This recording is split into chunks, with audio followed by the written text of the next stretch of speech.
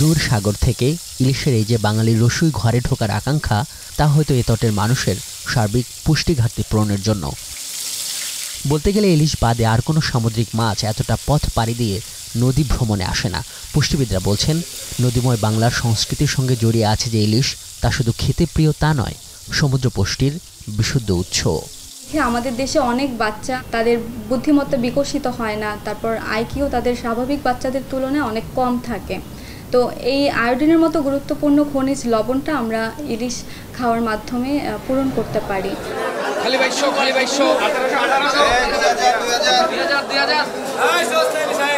কিন্তু বাজার তো সহায় নয়। এই ভরা মৌসুমেও বাজারের থলেতে যে অন্তত একটা ইলিশ ঢুকছে না, তা নিয়ে কত আক্ষেপ এই মানুষদের। 1 কেজি মাছ যেগুলো এগুলো 1600 টাকা কেজি চলতেছে আজকের বাজার, ঠিক আছে। আর হলো আধা কেজি ওলা মাছ যেগুলো এগুলো চলতেছে আপনার 1000 টাকা কেজি। সরকারিভাবে যেটা ঘোষণা আসে যে 3000 মেট্রিক টন যাবে, বাট আমার কাছে মনে হয় যে চূড়াই পথে আরো অনেক ইলিশ ইন্ডিয়াতে যায়। ইন্ডিয়ার মাছ দিবেন না, আমরা খাইয়া ভাষায় হালাই দেবো, আর আমরা ভাষায় যাবো দূরের কথা, মাছ ধরতে পারি না, দল কারেন্ট মারে। ইলিশ মাছ কিনতে আসি, আইয়া হাগো দাম জিগাইলে কয় 1200 টাকা কেজি, 1400 টাকা কেজি। তা এটি কেমনে কিনবো, কেমনে খামু কর? এটা ঠিক, ইলিশের কোনো উৎপাদন খরচ নেই, কারণ সামুদ্রিক মাছ ইলিশের বাণিজ্যিক চাষ এখনও শুরু করা যায়নি। এবং বছর জুড়ে যে 5 থেকে 6 লক্ষ মেট্রিক টন ইলিশ আহরণ করা হয়, তার প্রায় অর্ধেক নদী থেকে আর অর্ধেক সমুদ্র থেকে। এবং বড় দাগে সমুদ্র থেকে যে 3টি পথ ধরে বাংলাদেশের নদীগুলোতে ইলিশ ঢোকে, তা হলো পটুয়াখালীর আন্ধারমানিক, চাঁদপুরের মেঘনা এবং চট্টগ্রামের কর্ণফুলী। চলুন এবারের ইলিশের মৌসুমের খোঁজ নেওয়া যাক।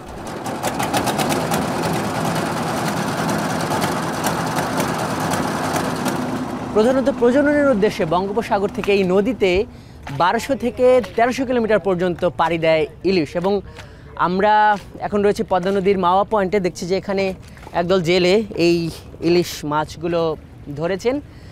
এবং এই মাওয়ার এই প্রান্তটি ইলিশ আহরণ এবং এই অবতরণের জন্য বেশ পরিচিত। এই আশ্বিনের এই সন্ধ্যায় আমরা দেখতে পাচ্ছি যে আস্তে আস্তে এই পুরো নদী জুড়ে আস্তে আস্তে এই জেলেরা নেমে আসছে, এবং সন্ধ্যা যতটাই গড়াবে জেলেদের সংখ্যা এখানে ততটাই বাড়তে থাকবে।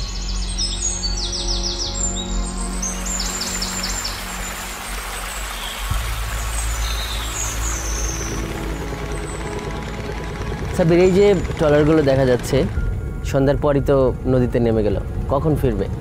ভোরবেলা, একবারে ভোরবেলা আসবে। ভোরবেলা এসে আড়তে মাছ বিক্রি করে আবার খেতে যাবে। আড়তটা কতক্ষণ চলে? আড়তটা সকাল 7টা থেকে 8টা, 8:30 দিকে।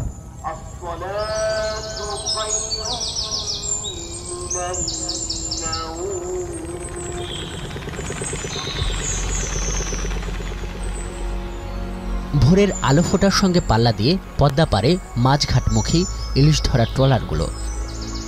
তাদের উদ্দেশ্য মাওয়া মৎস্য আড়ত।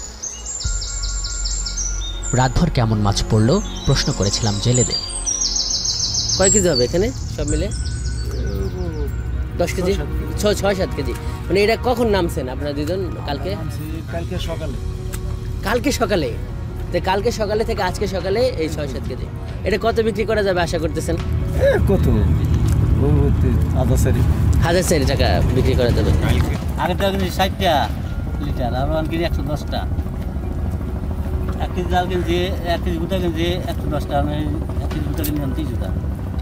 কারণ আমাকে কতটা বাড়ি গেছে, মাছের দাম তো আমার। নদীতে একটু পানি কম, এই জন্য মাছ কম আসে।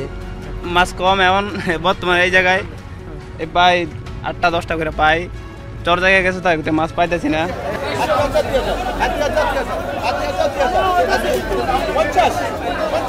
ডাকে বিক্রি হওয়া ইলিশগুলোর দরও এখানে কম নয়।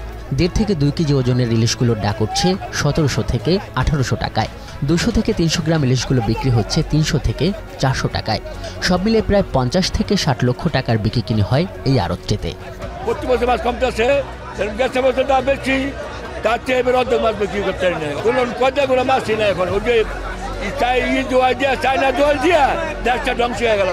সব জায়গায় কিছু মানুষ, দুষ্কৃত মানুষ আছে, আমাদের এখানেও দেখা গেছে অনেক টাইমে কিছু দালাল আছে, তারা অনেকে দেখা গেছে চাঁদপুরের মাছকেও পদ্মার মাছকেও বিক্রি করে। কিন্তু আমরা সমিতির থেকে একটা আইন করছি যে পদ্মার মাছ ছাড়া অন্য মাছকে পদ্মার মাছ বলবে, সেটা যেই মাছ হোক, রুই মাছ হোক, কাতল মাছ, বিভিন্ন মাছ যদি পদ্মার বলে তার 1000 টাকা ধরতে পারলে জরিমানা।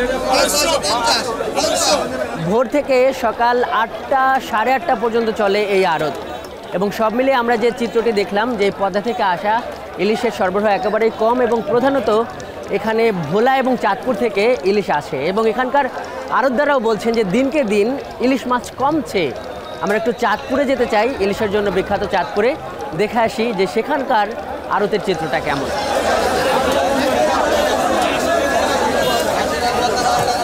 চাঁদপুরের এই বড় স্টেশন বাজারটি অবশ্য সকাল 10টার পর থেকে জমতে শুরু করে। বাজারে দেখা যাচ্ছে বড় সাইজের প্রতি কেজি ইলিশ 1800 থেকে 1900 টাকা দরে বিক্রি হচ্ছে, এবং এই যে বাড়তি দামের প্রবণতা তা সাম্প্রতিক বছরগুলোতে একই রকম দেখা যাচ্ছে। ব্যবসায়ীরা বলছেন নদীতে ইলিশ ধরা পড়ছেই কম। তাদের দাবি চাহিদা এবং যোগানের মারপেচেই কমে আসছে না ইলিশের দাম পাইকারি এবং ভোক্তা পর্যায়ে। 2021 সালে প্রচুর পরিমাণ মাছ ছিল, পর্যাপ্ত পরিমাণ মাছ ছিল। 2022-এ থেকেই আমরা কম লক্ষ্য করছি। 2023 সালের সাথে 2024 সালের সাথে যদি আমরা কম্পেয়ার করি তাহলে 23 সাল থেকে 24 সালে 50%-এরও কম। আহরণের বিপরীতে চাহিদা বাড়ার একটা প্রভাব ইলিশের বাজারে পড়েছে। ব্যবসায়ী ও জেলেদের এই দাবি তাদের বক্তব্যে স্পষ্ট, কিন্তু প্রশ্ন হলো ইলিশের আহরণ কমছে কেন? ইলিশ বিশেষজ্ঞরা বলছেন এর প্রধান কারণ উপকূল এবং নদীতে ইলিশের প্রজনন ক্ষেত্র ধ্বংস হওয়া। যখন ডিম থেকে সে খাবার উপযোগী হয়ে যায় তখন উদ্ভিদকণা প্রাণীকণা যাকে পায় তাকে খেতে থাকে এবং সে বড় হতে থাকে। এই জীবন চক্রের জন্য পলিউশন যখন হবে তখন এই উদ্ভিদ প্রাণীকণাগুলি থাকে না, প্রাচুর্যতা কমে যায়, তখন তার খাদ্যও থাকে না, ডিম ফুটে যে পোনা বের হয় এটি মারা যায়। কেন সুয়েরেজের পানি নদীতে যাবে? এটি তো যাওয়ার কথা নয়। ইলিশের ক্ষেত্র পলিউশন না কমায় তাহলে ইলিশও এক সময় প্রাচুর্যতা কমতে কমতে বিলুপ্তের পথে চলে যাবে, অথবা সে তার মাইগ্রেটরি রুট চেঞ্জ করে ফেলবে। এই দেশ নয় অন্য কোনো দেশকে সে পছন্দ করে সেদিকে চলে যাবে।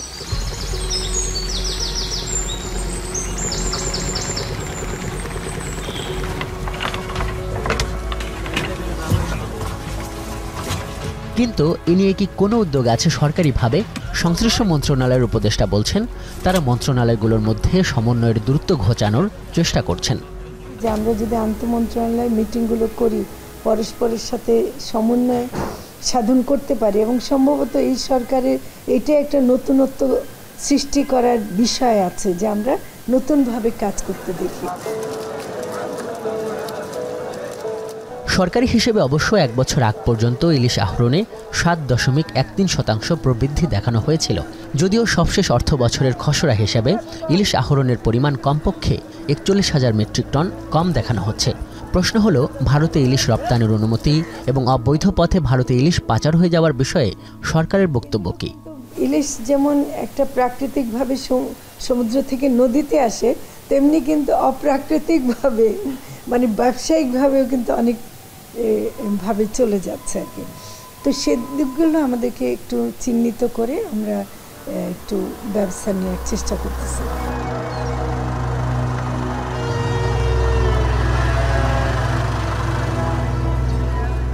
সরকার আশা করছে অমাবস্যা পূর্ণিমার যে প্রভাবের কারণে ইলিশ আহরণ প্রভাবিত হয় সে হিসেবে অক্টোবরের শুরুর দিকে বেশি পরিমাণে ইলিশ ধরা পড়ার সম্ভাবনা রয়েছে। এছাড়া ভারতের সঙ্গে মিল রেখে নতুন করে ইলিশ ধরার নিষেধাজ্ঞার তারিখ নির্ধারণ করা হয়েছে, তাতেও ইলিশের প্রজনন ও আহরণ বাড়বে বলে মনে করেন এই উপদেষ্টা। আজহার লিমন, এখন, ঢাকা।